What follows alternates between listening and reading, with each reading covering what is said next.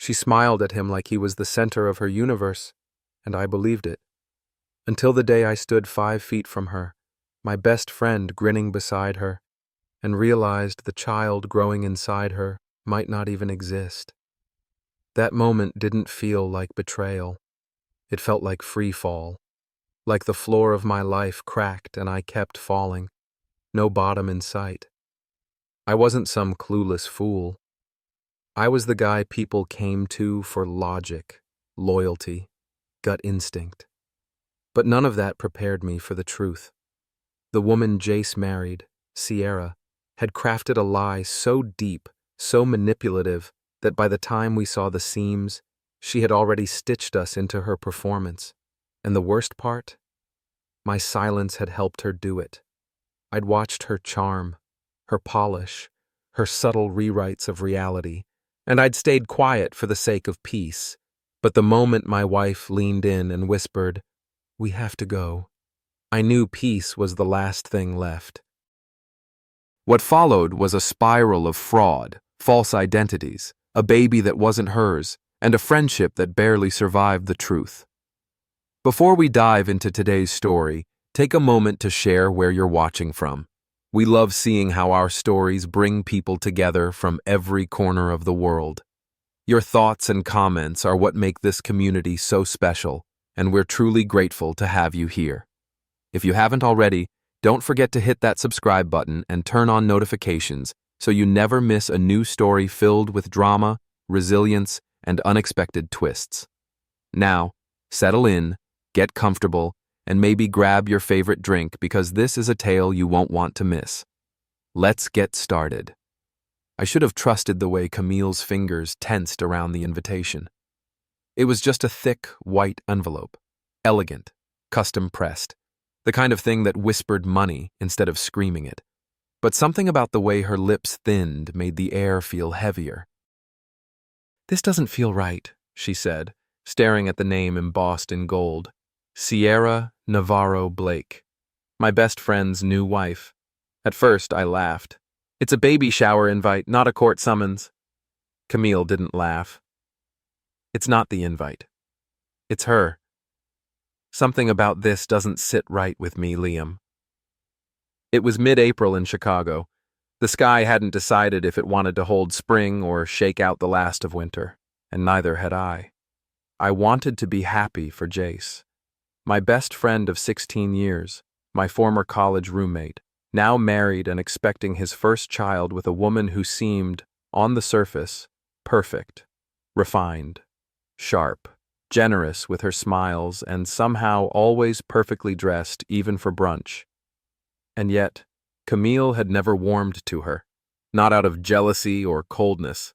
Camille wasn't wired that way. She was thoughtful, observant, the kind of woman who saw things others missed because she wasn't trying to be the loudest in the room. I learned early in our marriage, when Camille said something was off, it usually was. But I brushed her off that day. Not rudely, just gently. "It's his first kid," I said. "Let's not ruin it by turning this into a mystery." Still, when we arrived at the penthouse the following Saturday, even I couldn't ignore the dissonance between the warmth the occasion was supposed to carry and the underlying performance it actually was. Jace had gone all out. The space was filled with soft pink peonies, lavender ribbons, catered hors d'oeuvres stacked on mirrored trays, and a jazz quartet in the corner playing a soundscape so elegant it felt like we'd stepped into a luxury hotel catalog. Sierra floated through the room in a fitted white silk gown, barely showing despite being, allegedly, just a month from her due date. Her hand rested lightly on her stomach in photos, but there was something clinical in how she posed. Nothing maternal, nothing grounded. She saw us the moment we stepped in. Her smile widened, arms outstretched. "Camille! Liam! You made it!" Camille hugged her lightly. I noticed she didn't make eye contact. Sierra didn't notice. She was too busy positioning herself between a group of guests holding tiny champagne flutes. Then came Jace, his face flushed with joy, his eyes bright and tired. He pulled me into a hug that was tighter than usual. like he was grounding himself. Thanks for coming, man. It means everything. Of course, I said. Wouldn't miss it. Camille and I found seats near the edge of the lounge area, watching the room fill with more designer bags and Instagram influencers than actual longtime friends. Camille leaned toward me and whispered, "Who are these people?" Probably Sierra's friends. No one looks like they actually know her. Before I could respond, the MC announced Sierra was going to open a few select gifts. She stepped to the center, lights dimming slightly, and the crowd hushed like she was about to give a TED Talk. Her voice was smooth, trained. "We're so grateful you're here to welcome this new life with us. Jace and I can't wait to meet her. And thank you, especially to Camille and Liam, for being our anchors." Camille didn't smile. Neither did I. As Sierra unwrapped each carefully pre-selected gift, a luxury stroller, monogrammed linens, a donation to a prenatal wellness fund, Camille reached into her purse and handed me her phone under the table. A photo glowed on the screen, an Instagram post from Sierra's account, dated 7 months ago. She was wearing the same dress she had on now. "She posted that the day after they got engaged," Camille whispered. "You see a baby bump?" I frowned. Nothing. Flat stomach, identical hair, same earrings, not a hint of pregnancy. "She's wearing that dress today," Camille added. 7 months later. A slow chill crawled up my spine. After the gift portion ended, Camille excused herself. I stayed, trying to shake the growing unease. Jace sat beside me, rubbing his eyes. "She's glowing, huh?" he said, voice low. "Yeah," I said slowly. "She's definitely photogenic." He laughed. "It's been a whirlwind, but she saved me. After my last breakup, I was spiraling. Sierra came in and just fixed it." That was the problem, I thought. It all felt too fixed, too clean, too curated. Camille returned a few minutes later and simply said, "We have to go." I turned to her. Her expression wasn't angry, just resolved. "What's wrong?" "Everything. We'll talk in the car." We excused ourselves. Jace hugged us again, this time with a slightly tighter grip. Sierra kissed Camille's cheek, a faint smile playing on her lips like she knew something we didn't. The elevator doors closed. Camille exhaled. "She's not pregnant, Liam." I didn't speak. I was too busy rewinding every moment of that afternoon. Every carefully timed movement, every overly perfect interaction. The dress, the photo, the absence of medical talk. No ultrasound pictures, no due date mentioned, no close friends from her supposed past. "She's conning him," Camille said quietly. "I don't know why yet, but she's not carrying that child. And if we don't do something, Jace is going to be ruined." The city lights stretched out below us as we drove home, but all I could see were the puzzle pieces falling apart. Something in me had shifted. Camille had been right to trust her instincts. And now, I had to trust her too. Because this wasn't just a weird baby shower. This was the beginning of something dangerous. The car ride home that night was dead quiet, except for Camille typing rapidly on her phone. I didn't ask what she was doing. I knew better. Camille didn't make assumptions. She made cases. And if she was digging, it meant she already had a starting point. We got home just after 10. She kicked off her heels at the door, grabbed her laptop from the kitchen counter, and opened it like a detective on a deadline. No small talk, no unwinding, just focus. "I need you to promise," she said, eyes not leaving the screen, "that if I find something, anything, you won't downplay it to protect Jace." I sat across from her. "I won't. But Camille, this can't be what we think it is.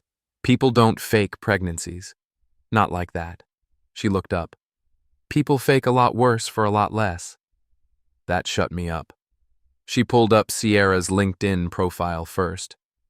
VP of Strategic Development at Dalmore International, she read aloud.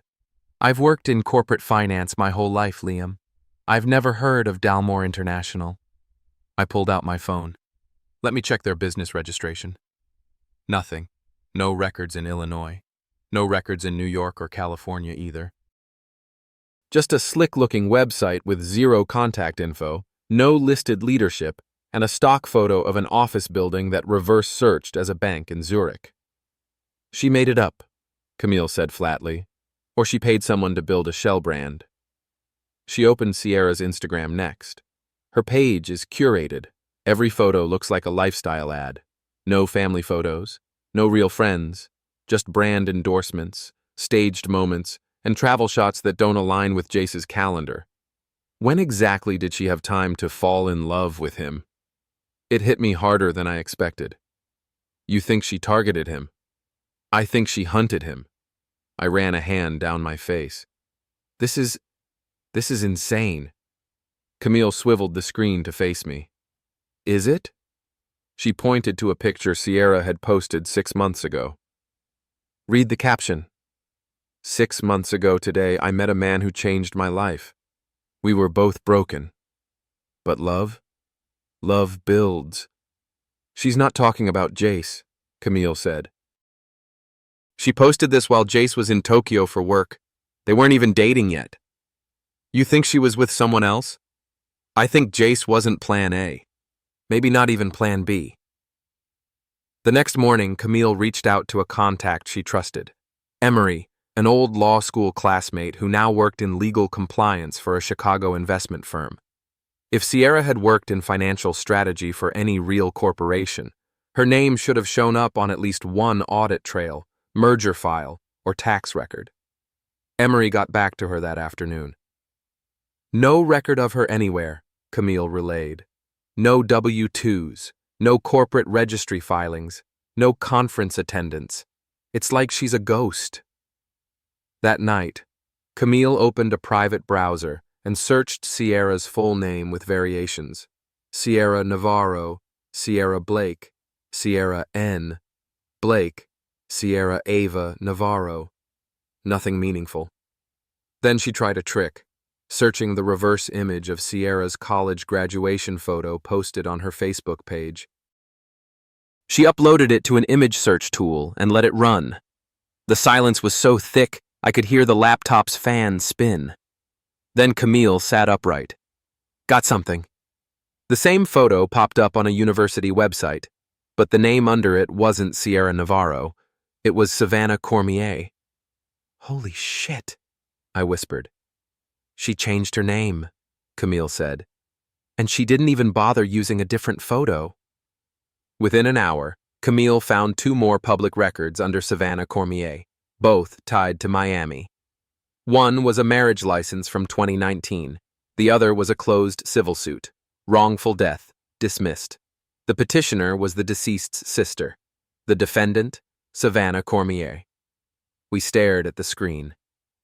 What the hell happened in Miami? I asked. Camille didn't answer. She just picked up her phone and texted Emery again. 3 days passed before we got anything back. During that time, Camille acted like everything was normal. She went to work, met with clients, had dinner with my mom. But every night I saw her eyes drift. She was connecting dots even when her hands weren't moving. Jace, meanwhile, called me twice. Both times he sounded cheerful, busy planning nursery decor and baby names. He didn't know that his world was a house of cards, that the woman sleeping next to him might not be who she claimed to be. On the 3rd night, Emery texted Camille a document. She read it silently, then handed it to me. The wrongful death case was deeper than we thought. Savannah's husband, Anthony Cormier, had died from carbon monoxide poisoning in a Florida condo barely a year into their marriage. The police ruled it an accident, citing a faulty heater. But his sister had contested it, claiming Savannah had altered the will a month before his death. The case never went to trial but quietly disappeared. Camille's voice was low. It's not just the pregnancy, Liam. It's not even just the name change. It's the pattern. Reinvent, seduce, inherit, disappear. And now she's done it again. With Jace. She chose him for a reason. No parents. Wealth from his tech startup.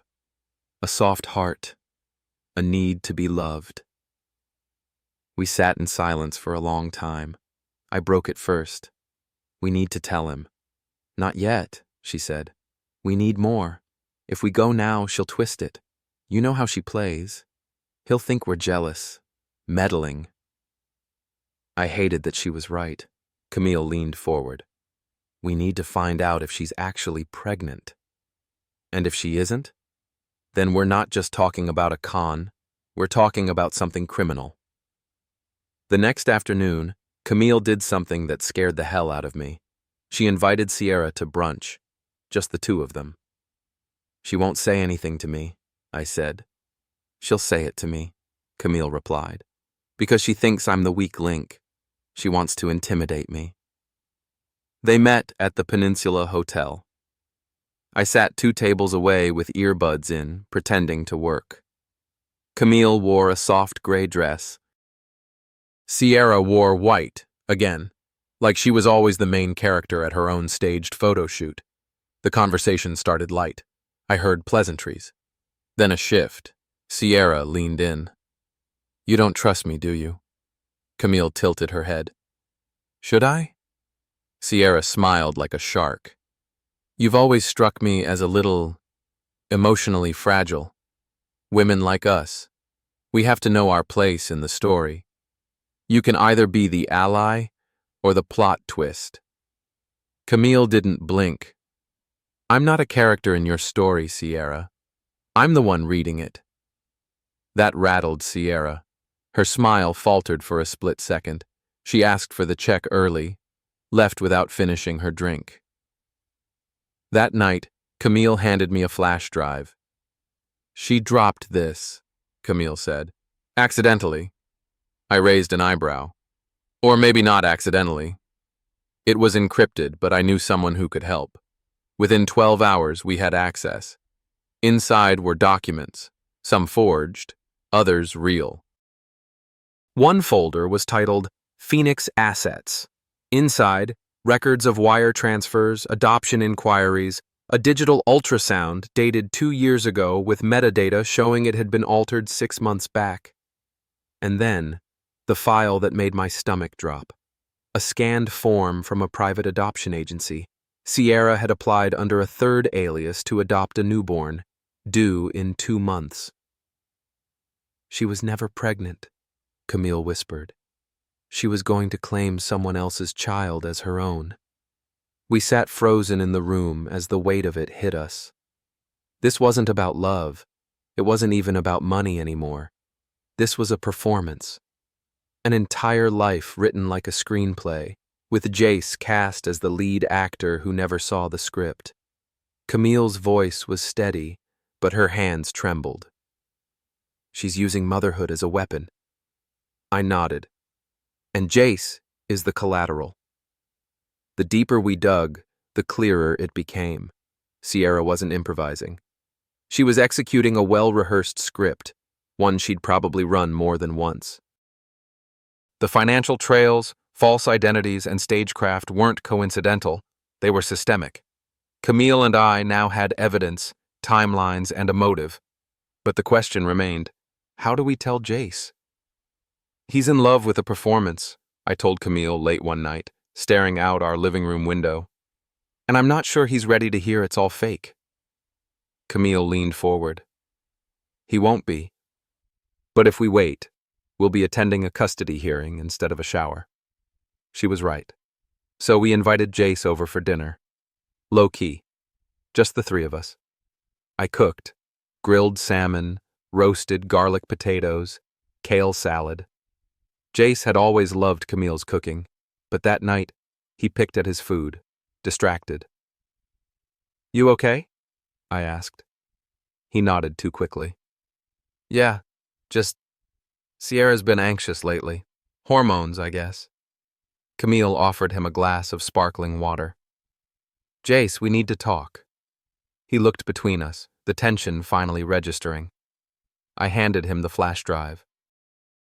This is going to hurt, but you need to see it. He didn't touch it. What is it? Proof, I said carefully. Proof that Sierra isn't who she says she is, that she's not pregnant, that she's done this before. He stiffened. Are you serious right now? Camille kept her tone soft. We didn't want to believe it either, but it's real. Her name isn't Sierra Navarro. It's Savannah Cormier. Her last husband died under suspicious circumstances, and she's using a fake ultrasound from 2 years ago. Jace stood up. Stop. Jace.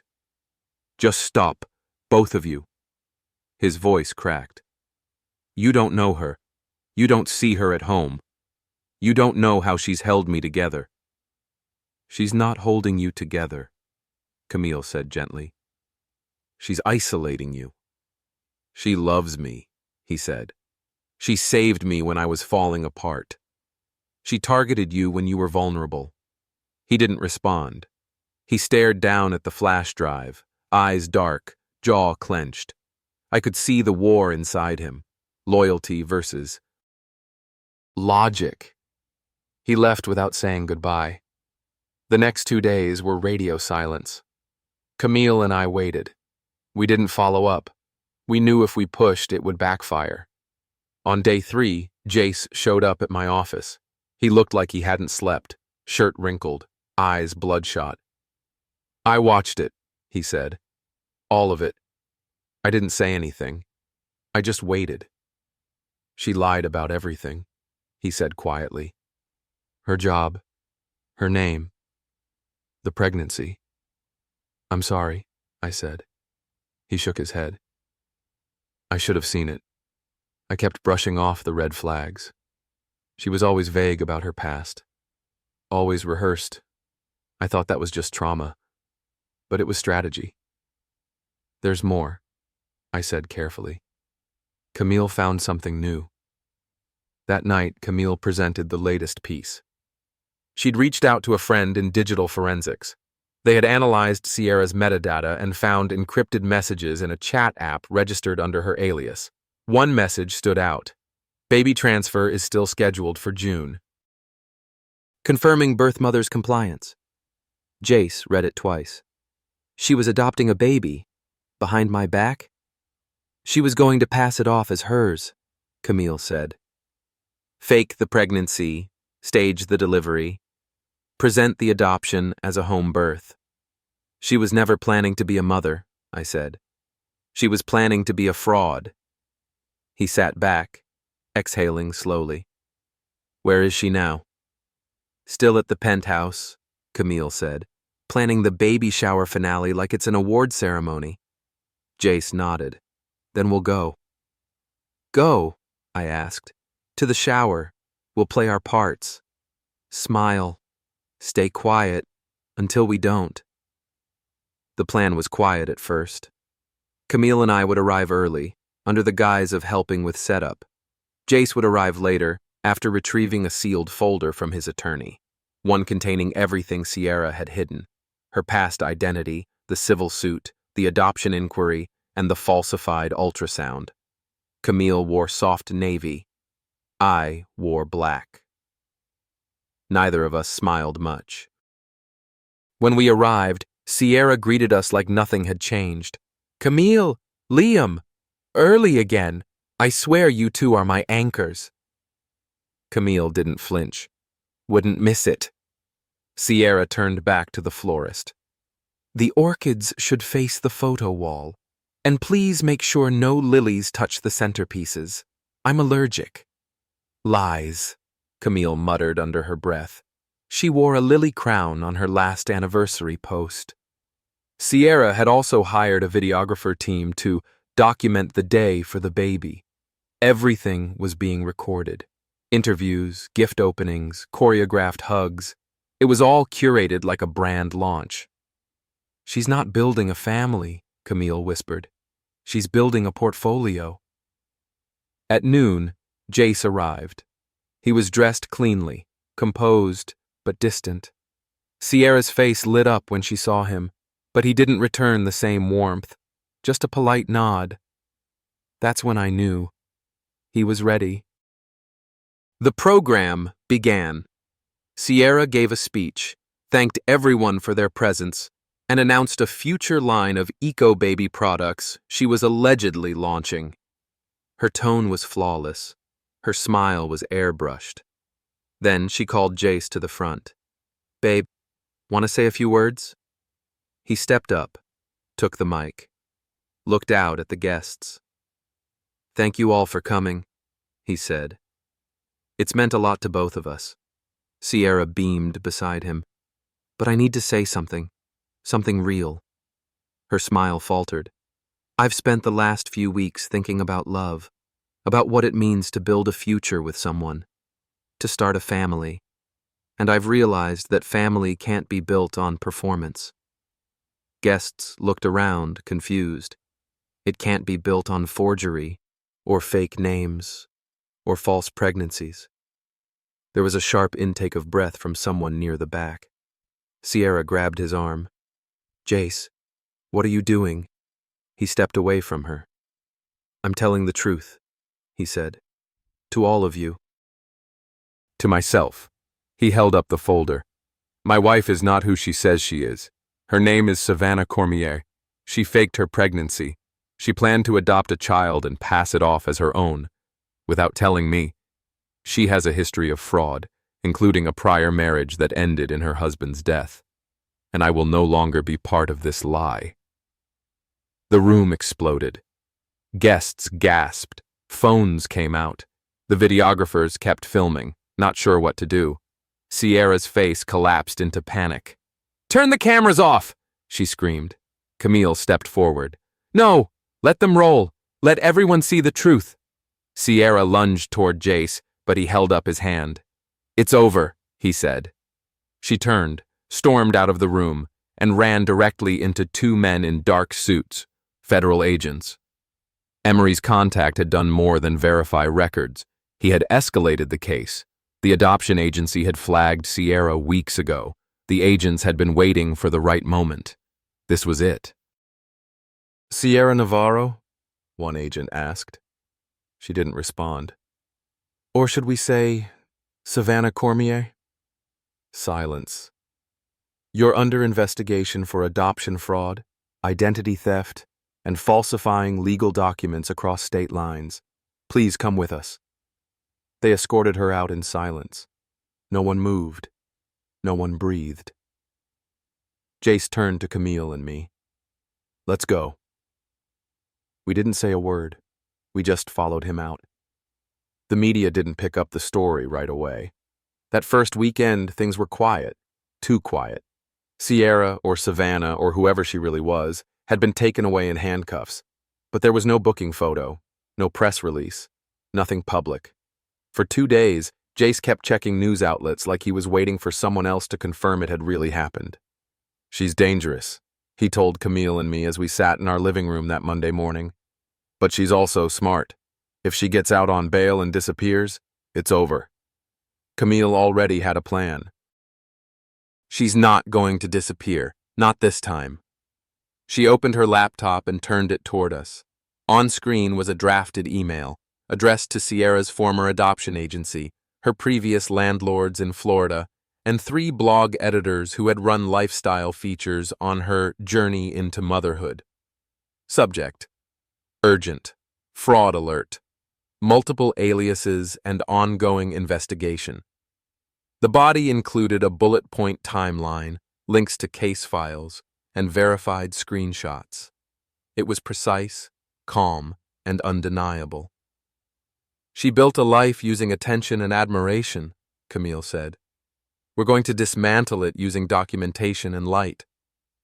"Are you sure about this?" I asked. She nodded. "Truth isn't always loud, but it's always solid." Camille clicked send. 3 hours later, it began.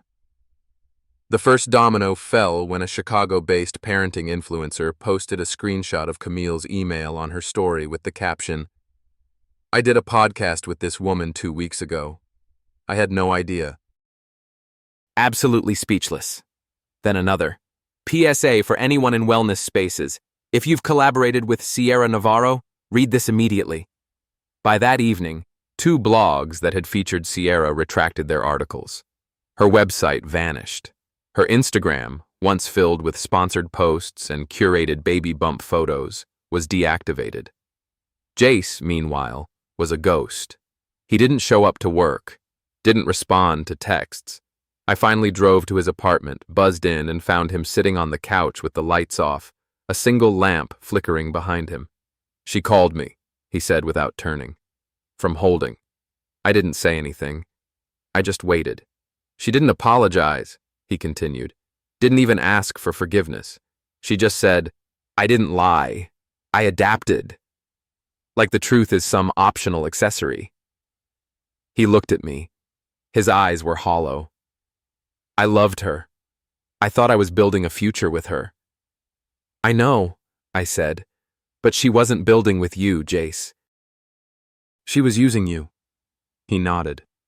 She said I was too easy, that I fell for her too fast." My stomach twisted. "That's not a flaw," I said.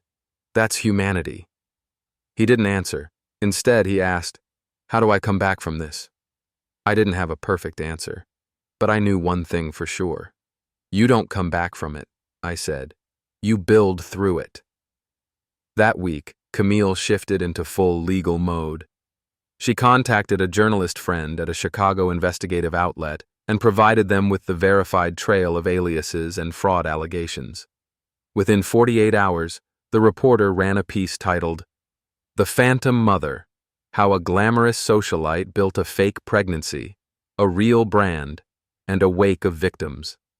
It detailed Sierra's entire con, her name change, her marriage to Anthony Cormier, the life insurance policy he signed 6 weeks before his death, the allegations from his sister, the suspiciously similar tactics she used on Jace. The plan to adopt an infant and present it as her own. It was written surgically, with sources and citations, and it went viral. In under 24 hours, Sierra's face was everywhere, from lifestyle blogs to financial fraud watchdog sites. News anchors debated whether she was a sociopath or a survivor. Reddit threads dissected her Instagram posts for inconsistencies. Even her wedding video, where she wore ivory and cried on cue, was reposted with slow-motion analysis of her micro-expressions, but none of that brought peace to Jace.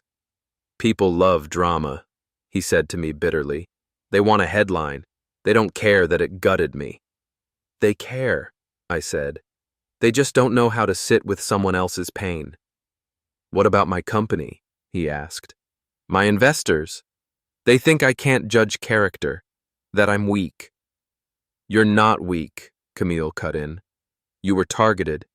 There's a difference." He shook his head. "I have to do something." "I can't just sit here." Camille looked at him carefully. "Then tell your story."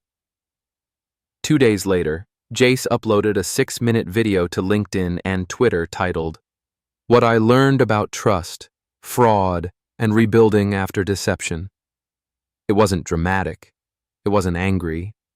It was calm, clear, and devastatingly honest.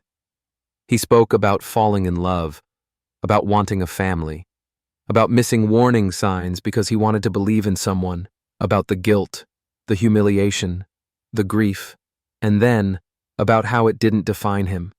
That post reached 10 million views in 5 days. Suddenly, the conversation changed. Investors applauded his transparency. Colleagues offered support. Mental health professionals cited his words as examples of emotional courage in the face of manipulation. Jace didn't just get his dignity back. He became a symbol of resilience. But the story wasn't over. Camille received an anonymous email one morning from someone using the subject line, "Savannah's real past. You missed something." The body contained 2 attachments, One was a photo, Savannah, 3 years ago, seated in a hospital lobby with a man and a newborn. The man's face was blurred, the baby's wasn't. The second attachment was a document, a notarized relinquishment form, a signed surrender of maternal rights. Savannah had already done this before. She'd adopted a child, then given it up days later, claiming she wasn't ready. The record was buried under an alias, but the sender had pulled it from an old court archive. Camille's face went white. She never wanted a child, she said. She wanted the illusion, the control, the image. That's when we knew. Sierra hadn't just committed fraud. She'd commodified motherhood. That gave Camille an idea. Let's talk to the DA. We flew to Miami. Jace stayed in Chicago. He'd done enough. But Camille and I needed to be there in person to push for formal charges. We met with the state attorney and presented everything: documents, timelines, prior statements, even the new evidence of the abandoned adoption. Camille argued the case as if it were her own client, meticulous, calm, persuasive. She didn't just lie, Camille said. She built a business on deception. She monetized motherhood. And she endangered multiple lives doing it. The DA nodded slowly. There's enough here for formal fraud charges, possibly federal, if we link the interstate documents. Camille handed him a final folder. Here's your link. By the time we landed back in Chicago, a warrant had been issued. Sierra, who had posted bail 2 days prior, was arrested again. This time, the charges included federal wire fraud, interstate adoption violations, and obstruction of identity verification protocols. The story broke nationwide. She was dubbed the fabricated mother by the New York Times. The Today Show ran a segment. A streaming service inquired about documentary rights. But Camille made one thing clear to every outlet. This isn't entertainment, it's exposure. Sierra's downfall wasn't just dramatic, it was total. Jace stood at the center of it all, quietly reclaiming his life. He moved out of the penthouse, sold the furniture, donated the baby gifts. He took time off work to volunteer at a youth advocacy center, and then he moved into a smaller apartment near the lake. I don't want anything she touched, he told us. You're not starting over, Camille said. You're building better. He nodded. I'm not going to let her be the final note in my story. That fall, Jace returned to work with more clarity than ever. His startup, once shaky, closed a Series B round. A mentorship platform asked him to be a keynote speaker for their annual summit. He launched a podcast called False Starts, focused on navigating betrayal and reinvention. And he stayed close to us, family by choice. But we all knew there was one chapter left to close. The courtroom. Sierra sat stone-faced during the trial. She wore beige. Her hair was pulled back. The media watched closely as the prosecution presented a clear, damning case. Documents, witnesses, a timeline that left no room for ambiguity. Jace didn't testify in anger. He testified in truth. I loved her, he said. And she used that love as currency. But I'm not here because I was deceived. I'm here because I don't want her to do this again, to someone else, to another child, to another hopeful partner, to another grieving family. The jury deliberated for 2 hours. Guilty, on all counts. Sentenced to 10 years with no chance of early release. As they led her out, she didn't cry. She didn't scream. She didn't apologize. She just looked back at Jace one final time, and he didn't flinch. We walked out of the courthouse into the bright Chicago sun. Jace stood still for a moment, breathing in the crisp October air. I thought it would feel like revenge, he said, but it feels like peace. Camille put a hand on his shoulder. Because it's not about punishment, it's about protection. He turned to us. Thank you for believing me, for not letting me drown in silence. You saved yourself, I said. We just helped you swim. He smiled. Well, next time I date someone with a curated aesthetic and no past, just slap me. No, Camille replied. We'll drag you by the collar out of the room. We laughed, finally, truly, not because it was funny, but because the storm had passed, and the sky, for once, was clear. 3 weeks after the verdict, Chicago felt like it had exhaled. The media whirlwind began to settle. Sierra's face faded from daily updates. No more exclusive headlines, no more podcast episodes dissecting her psychology.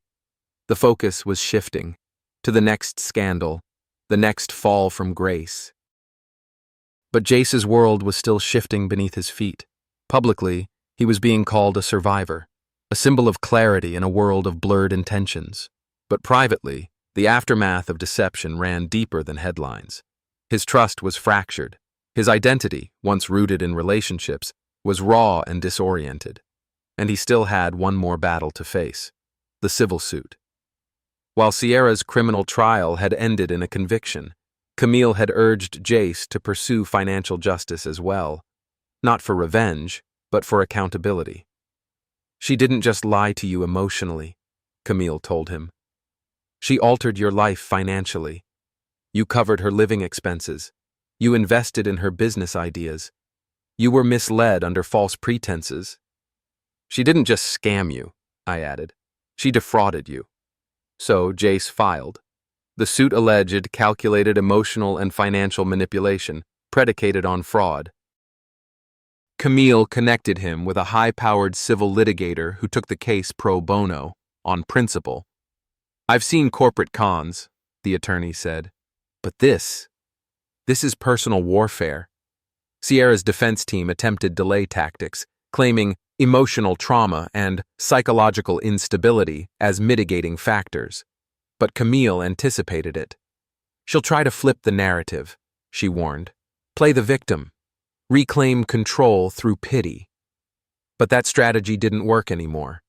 Not after court records, witness testimony, and paper trails laid bare her calculated scheme. At the pretrial hearing, the judge read through the affidavit and said flatly, "This is not a case of mutual misunderstanding. This is deception with intent." That was the turning point. Jace didn't need to argue anymore. He just had to prove the cost. So he opened his financial records.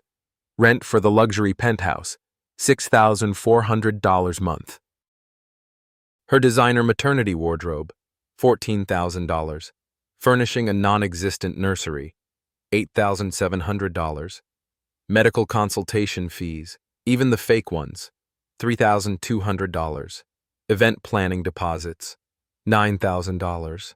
Total, over $130,000 spent under false pretenses. She convinced me she was carrying our future, he said in court. I built a life around that belief. And it wasn't just an emotional investment. It was real money, real time, real consequences. Her lawyers tried to reduce it to a bad relationship, but the judge didn't budge. This is not a breakup, he said. This is structured fraud. A month later, the court ruled in Jace's favor. Sierra was ordered to pay full restitution, every cent plus damages. The judgment was public and permanent. Camille quietly ensured that the ruling was attached to every alias, past or future. Sierra couldn't legally change her name again without revealing the full case history. She couldn't open credit lines, take on new clients, or register shell businesses without triggering automatic red flags in identity verification databases. She wasn't just exposed, she was legally disarmed. Her days of vanishing into new lives are over, Camille told us. There's nowhere left to hide. It was poetic, no revenge, just truth, enforced by law. But even as Jace's case closed, a different kind of reckoning was still unfolding in private. The social fallout. Dozens of people, friends, colleagues, distant acquaintances, reached out with apologies. I should have said something. I always felt something was off. I thought it wasn't my place. Jace responded to each message, some with grace, others with restraint. But he didn't forget. I learned something, he told me. People don't always fail you out of malice. Sometimes they fail you out of cowardice.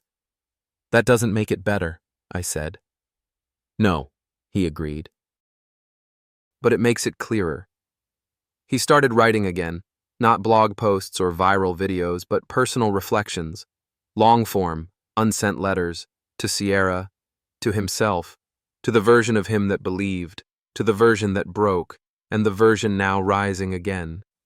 He shared one with me over coffee one afternoon. It read, "You didn't lose everything. You lost what was never really yours. You lost the illusion, not the truth. The truth stayed. The truth is still here. It hurts, but it's clean. And it will never lie to you again." That's when I knew. Jace was healing. Not pretending, not performing, just rebuilding. It was late November when we got the news. Sierra had tried to self-publish a memoir under yet another pseudonym, Evie Harmon. A shallow retelling of her version of events, carefully edited to paint herself as a misunderstood visionary betrayed by small minds. The manuscript leaked within hours. Camille sent the final cease and desist letter. "You're not going to redefine the narrative," she wrote. "You've already been judged by the court and the truth. This ends now." And it did. Her site went down. Again. And then silence. True silence. No new profiles.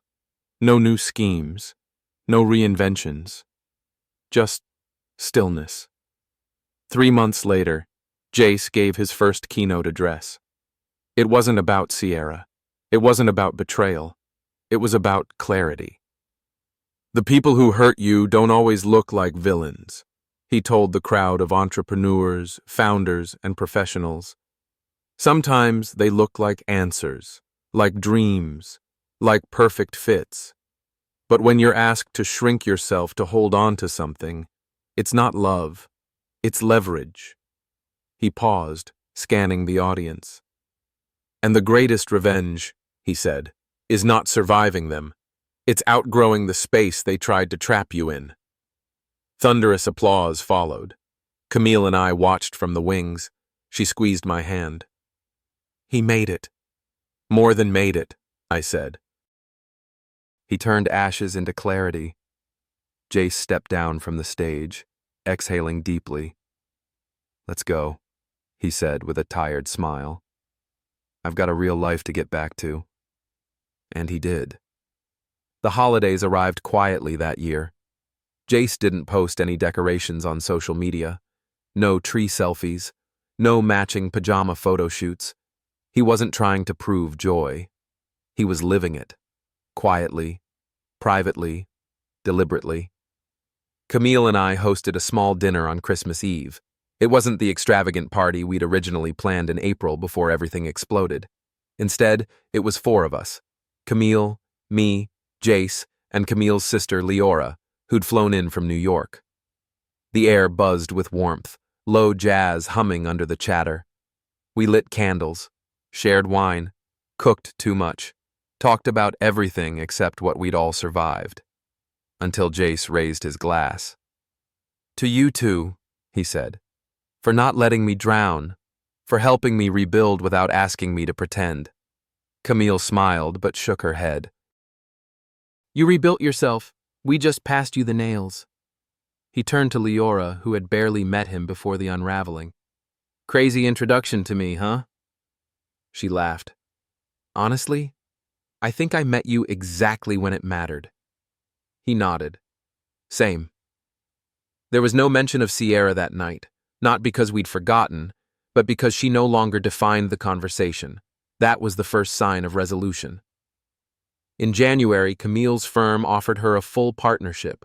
Her work exposing Sierra's fraud had garnered national attention in both legal and investigative circles. It became a case study in ethical law practice and digital identity fraud. The managing partner called her into his office. "We've seen your leadership, your judgment, your tenacity, But what stood out most was your humanity. Camille accepted, on her terms. She asked for flexibility to pursue public interest cases, especially those involving coercive relationships and identity abuse. Her first initiative, a legal literacy workshop for women trapped in emotionally deceptive relationships. We train people to spot financial scams, she said, but emotional fraud is just as real and far more devastating. Jace volunteered to help lead the sessions. He told his story in small rooms, sometimes to 3 people, sometimes to 30. Every time someone cried, every time someone said, "That happened to me. I thought I was crazy." And every time, Jace responded the same way. "You're not crazy. You're compassionate. And you were weaponized." His story was no longer a headline. It was a lifeline. In March, Sierra sent a letter. It wasn't handwritten. It came through her lawyer, addressed to Jace, marked, "Personal, non-litigable communication." We debated whether to open it. She doesn't deserve a platform, Camille warned. But Jace was calm. "I'm not opening it for her," he said. "I'm opening it for me." He read it alone. Later, he handed it to me. It wasn't an apology. It was a performance, a self-justifying, passive-aggressive, blame-spreading performance. She claimed she'd lost herself in the image others expected of her, that her lies were a mirror of a society that punishes imperfection. She described Jace as a kind soul I tried to love but ultimately couldn't match with. There was no, "I'm sorry." No, "I take responsibility." Just, "I hope you find peace." Jace folded the letter in half, placed it in a box labeled Legal Archives, and slid it under his desk. "She's still in the illusion," he said. "Still scripting her life as a movie where she's the misunderstood heroine." He looked up at me. "But I'm not her audience anymore." That was the second sign of resolution. Spring came fast in Chicago. By April, the air was soft, the lake finally thawing into ripples of light. Jace took a solo trip to Vancouver, his first time leaving the Midwest in over a year. No plans, no itinerary. Just quiet, nature, and space. He came back tanner, lighter, still, but somehow sharper, like someone who'd walked through fire and come out carved, not burned. One evening, over dinner, he told us about a hike. "There was this bridge over a waterfall," he said. "I stood in the middle for 15 minutes, and I didn't think about her once." "That's the win," Camille said. "No," he replied. "That's the recovery." He paused. "The win was that I knew I didn't need to tell anyone about it to validate it." I smiled. "And yet, here you are." He laughed. "Okay, fair." That same month, Jace received an unexpected invitation. An organization called Resilient Futures was hosting a summit on psychological manipulation and recovery. They wanted Jace to speak, not as a victim, but as a lived experience expert. "It's not a TED Talk," their email said. "It's real stories from real people, for others finding their way back." Jace hesitated at first. He didn't want to be defined by what had been done to him. He didn't want to become a face of recovery, boxed into a narrative of brokenness. But the summit wasn't like that. It wasn't about branding. It was about truth. So he accepted. And for the first time, he told his story, not from the place of collapse, but from the place of clarity. He spoke of hope, of vigilance, of compassion not as weakness, but as courage. He said, "Being deceived doesn't make you foolish. It makes you human. And the moment you reclaim your story from the hands of your deceiver, you become free, not just from them, but from the shame they tried to leave in you." The audience gave a standing ovation. Later, one woman approached him in tears. "I stayed with a man who manipulated me for 10 years, she said. "But today, I think I finally left him, in my mind, at least." That was the third sign of resolution.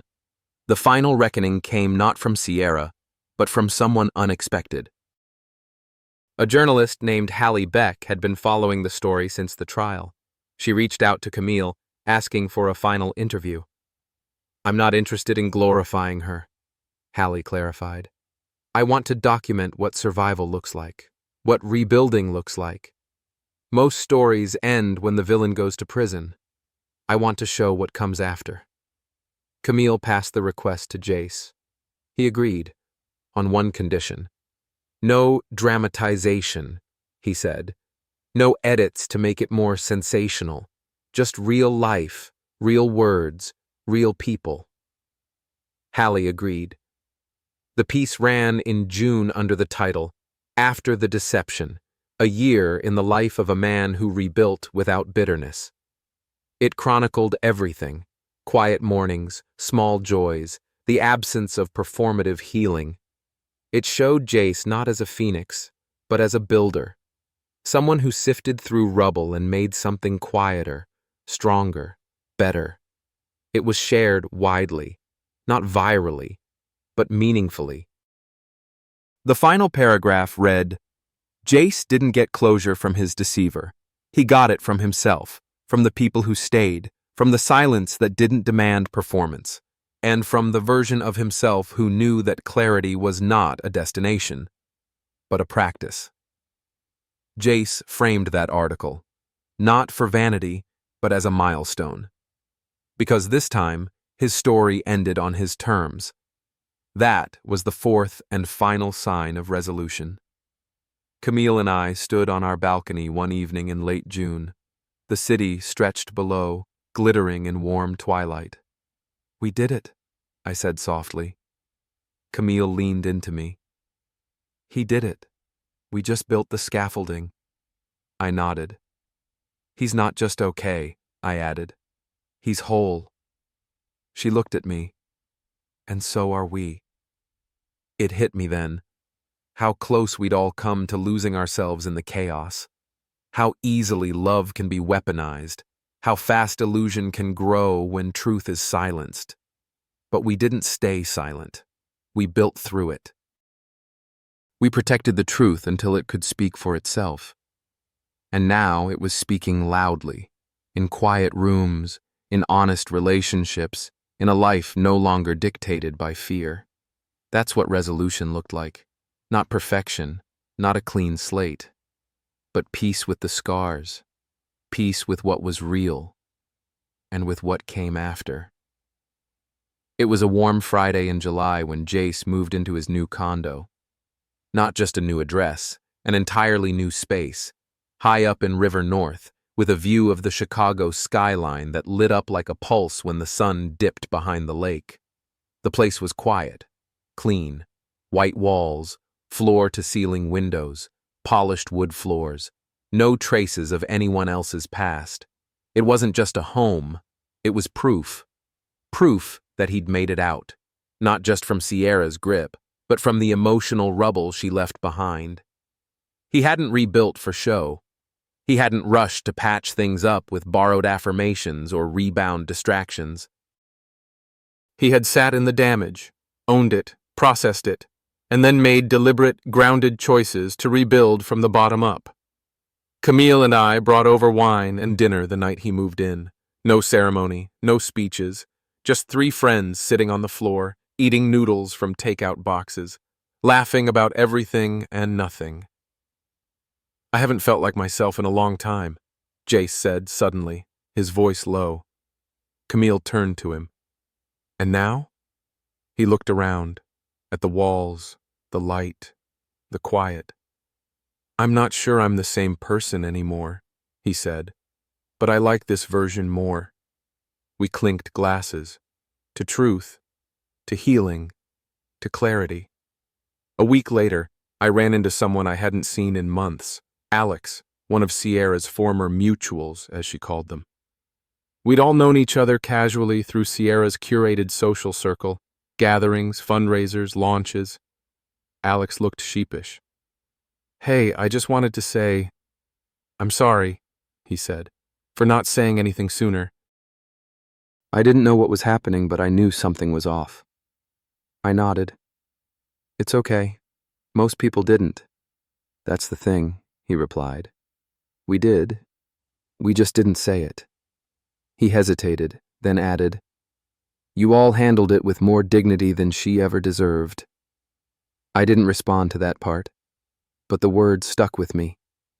Dignity. Jace hadn't clawed for revenge. He hadn't smeared her online or indulged in public breakdowns. He had fought smart, with the law, with truth, with structure, with the quiet refusal to be erased or rewritten.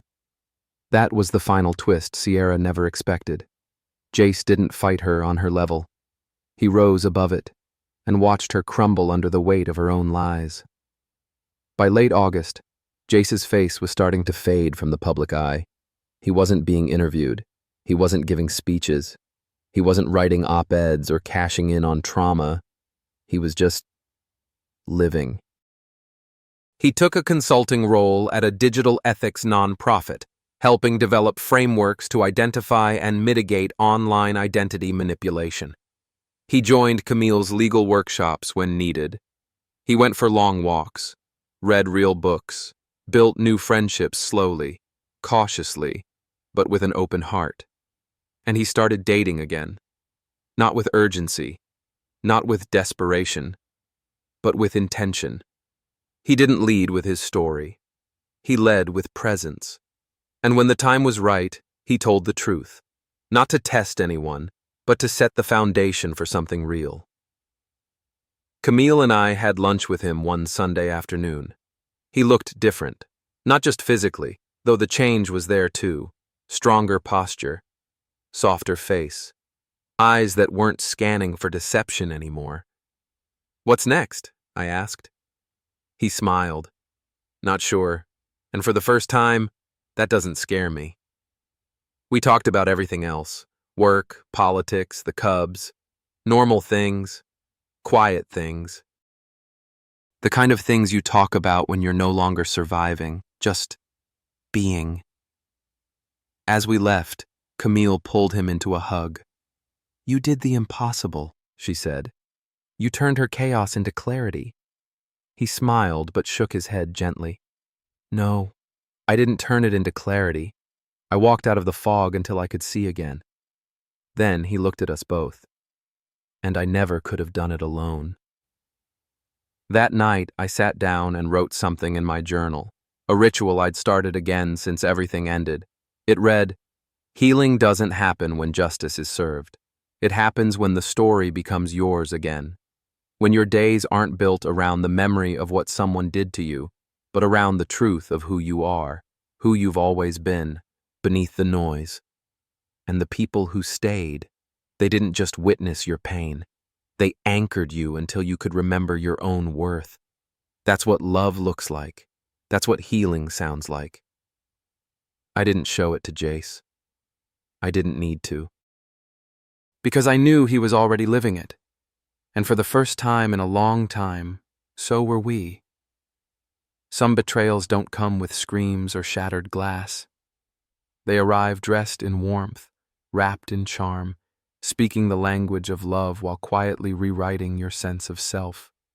And when the truth finally comes, it rarely feels like justice. It feels like loss. But if there's one truth that holds through it all, it's this. Healing is not about returning to who you were before. It's about becoming someone wiser, stronger, quieter inside. Someone who no longer needs the world's validation to know they're whole. The real victory isn't exposing a lie. It's reclaiming your voice, building your peace, and protecting your dignity, especially when no one is watching. Sometimes justice isn't a courtroom outcome. It's waking up one morning, free of shame, clear in your truth, and no longer haunted by someone else's version of your story. If this story resonated with you, we're honored to have had you here. Thank you for listening, for feeling, and for walking this path with us. Your thoughts and experiences bring these stories to life, so drop a comment below and share what moved you most. Don't forget to subscribe and follow the channel for more stories that speak to the heart.